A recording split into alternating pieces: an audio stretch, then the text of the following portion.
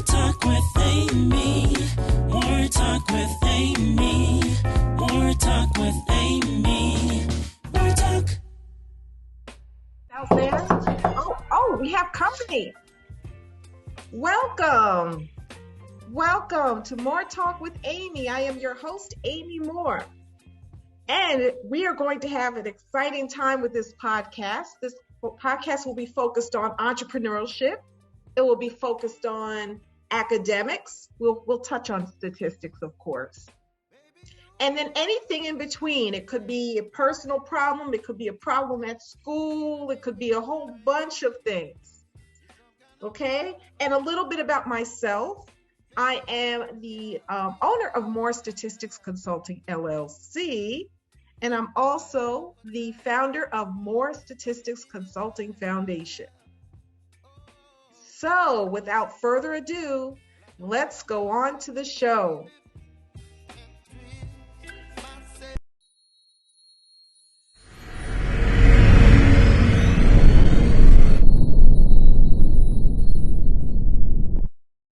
Our guest today is Dr. Reyes-Walsh. Dr. Reyes-Walsh is an advanced practice registered nurse specializing in mental health wellness. As a psychiatric mental health nurse practitioner, certified family nurse practitioner, and advanced practice addiction nurse, Dr. Reyes-Walsh prides herself on the holistic care that she provides to all of her patients. Besides having a passion for patient care, she also teaches nursing students and those passionate about mental health. She has been teaching in academia since 2015. Dr. Reyes-Walsh is currently working on her 5th degree, a PhD in nursing practice from Indiana University of Pennsylvania. Already having been granted her bachelor's, master's, postmaster's, and doctorate of nursing practice. For self-care and enjoyment, Dr. Reyes-Walsh loves to spend time with family, cook, hike, run, practice yoga, and knit. So without further ado, let's meet Dr. Reyes-Walsh. Hello. Thank you for joining us. Yes. Why don't you tell our audience a little bit about your educational background and your you have 5 degrees? I'm working on my Tell 5th us about degree. that. Yes. Sure. Yeah. So first of all, thank you for having me on. I'm excited to be here. And a little bit about me. I am a nurse at heart. So I started my career really over 30 years ago in another profession, and my boss was a nurse and she introduced me to nursing. And so I went back to school and became a nurse, and knew that in my role as a nurse working with her in a psychiatric facility that I wanted to become a psychiatric nurse practitioner.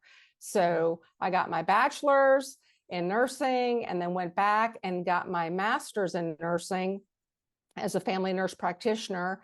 And then I went back to school again and got my postmaster's in psych, and then continued my education and got my doctorate of nursing practice. And now I am currently working on my PhD.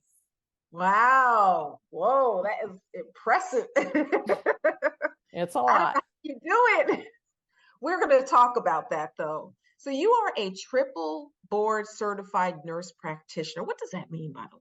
You're triple board certified. Sure. So I have 3 certifications. So once you become a nurse, right, an RN, you get your license as a nurse, as a registered nurse. And to be able to become an advanced practice registered nurse, then you go back and you get your master's, and there's different specialties that you can get. And so the first specialty that I have is I'm certified, board certified as a family nurse practitioner. And then secondly, board certified as a psychiatric mental health nurse practitioner. And then I also have a third certification in addiction. So I'm an certified addiction registered nurse, advanced practice. Wow, wow. So your specialty is mental health. What trends have you seen with COVID-19 that you like to, Yeah. that you've So noticed in connection with COVID-19? sure. And so mental health overall is definitely what I do. Definitely subspecialize in addiction. And so one of the things that I've seen a trend in addiction is relapse rate. And so when everything got shut down with COVID, people that were in recovery that went from being in different fellowships or organizations that help support their recovery. We're now isolated at home, and that was not good for that population for sure. And so we saw, unfortunately, a lot of relapses. And then, of course, with the opioid epidemic, unfortunately, I saw a significant amount of overdose deaths. So more in 2 years than I've seen in my entire career. Wow, It was wow. very devastating. What are some of the challenges that you face regularly in your field? And how are So, you dealing with them? so I think right now, one of the biggest challenges that I face is really stigma, right? And getting people to, stigma has been such a problem for a very long time, and it's not something that can be fixed in a short period of time. But mental health and addiction, those are two things that we really need to talk about and destigmatize, because now more than ever, people need help. And to keep the stigma going, right, then it prevents them from really getting the help that they need. And then with COVID-19, with mental health, anxiety, depression, other mental health diagnoses have really reared their ugly heads, and it's really hard for people to ask for help and to get help. And so access to care is another. So stigma and access to care are the two main issues that I would say that I see in my practice. That's interesting. Have you ever had any particular impactful experiences or relationships that have helped you reach your goals, you know, with education and your career? Is there Yeah, anything you can yeah, think of? sure. Um, Mm-hmm. let's see. So really lots of people, honestly. But I will say that I always go back to my first boss, the nurse that really just even introduced me to the profession, right? And she kept saying to me, because I was a counselor, and she kept saying, Lisa, you're a nurse through and through. And I really didn't know what she meant, but she kept kind of pushing me.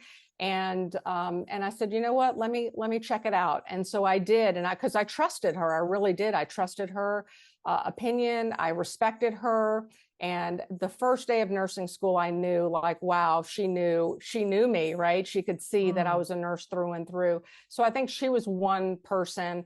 And then to kind of go forward to the latest person, I met in my doctoral program, Dr. Kay Kennedy, who developed the human-centered leadership theory along with two other wonderful nurses, Lucy LeClaire and Susan Campus. And when I was taking that leadership class, and Dr. Kennedy started talking about what a human-centered leader was, that was me. Like, this theory is my philosophy and has been my philosophy my entire life. So it really resonated with me. So I've really followed Dr. Kennedy and Dr. LeClaire, and, really have followed them with what they're doing with their human-centered leadership theory. So I love it. And it really has inspired me and really that is why I went back to get my PhD. Oh, Yeah. okay. And what would you say is the most fulfilling aspect of your life right now? Oh, I love teaching. So I love my patients. There's no doubt about it. I absolutely adore clinical practice and helping others. But I feel like for me, teaching potential nursing students, psychiatric mental health nurse practitioners, how to treat patients that live with mental health issues is so rewarding for me. Okay. Okay. And you're currently working on something, right? You're working on a social media education series. Could you I tell us a little bit more about that? My path was kind of patchy, right? I started off as, and you have to start off and get your pre-licensure, your RN, before you can go back and get your master's. And at the time when I went back to get my master's, psych NPs weren't allowed to practice in Georgia. So I had no choice but to get my FNP, right? I felt like, so I went to a mentor of mine and said, hey, I really want to be a psych NP, but they can't practice in Georgia. What should I do? Should I get my master's in education? And so she kind of helped guide me. And so I'm going to talk about those things that she taught me that helped guide me on why I chose to become a family nurse practitioner as opposed to getting my master's in education. And then eventually when we were able to practice in Georgia, I went back and got my postmaster's. And then, hesitated about my DNP. Should I get my DNP? And so I asked a lot of people questions like, should I get a PhD or a DNP? What should I do? Right. So again, that guidance, and then to eventually get to where I am now with my PhD, I think that if I can do a series and kind of share my path and my journey, it might help some people maybe not go the long path that I went, and maybe shorten their path. I could relate to that. Yes. Because, and the reason I say I could relate to it is my journey is patchy, right? Because you start off working in the field, you decide to go back to school, for example. That's my experience. And then, you finish school, and then you have another experience that makes you think about education again.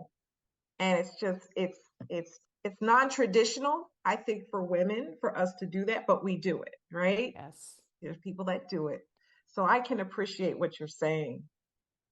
So for those adults that want to go back to school, what are the common challenges that they might face, and what advice would you have to give someone who's thinking of those going back to school? Yeah. So in going back to school, it really, we have to make sacrifices, right? I mean, we just have to. And just knowing that, okay, I'm going back to school, so I'm putting something on my plate. What's going to come off of my plate, or where am I going to make the sacrifices?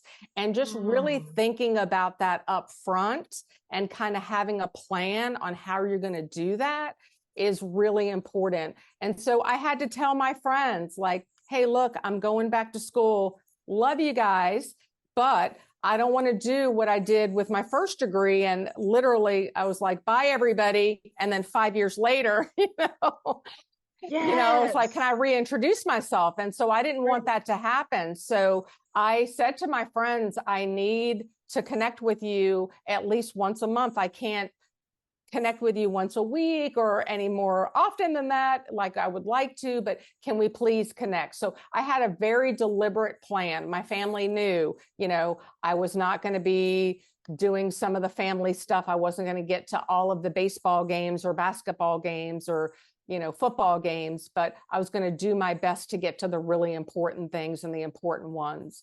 And it was temporary, right? So every time I've been in school and different degrees, different things that have been going on in life, I've made those sacrifices, but then jumped back in with all four once it was all over, and made sure that I, spent the time and valued those relationships when I could, and nurture them, so that when I went back for the next degree, right, then I had to maybe shift and maybe not sacrifice family as much, and maybe sacrifice something else. But never did I sacrifice my self-care. And I will say that, and I'm a huge advocate. Everybody that knows me knows my motto is self-care, self-care, self-care.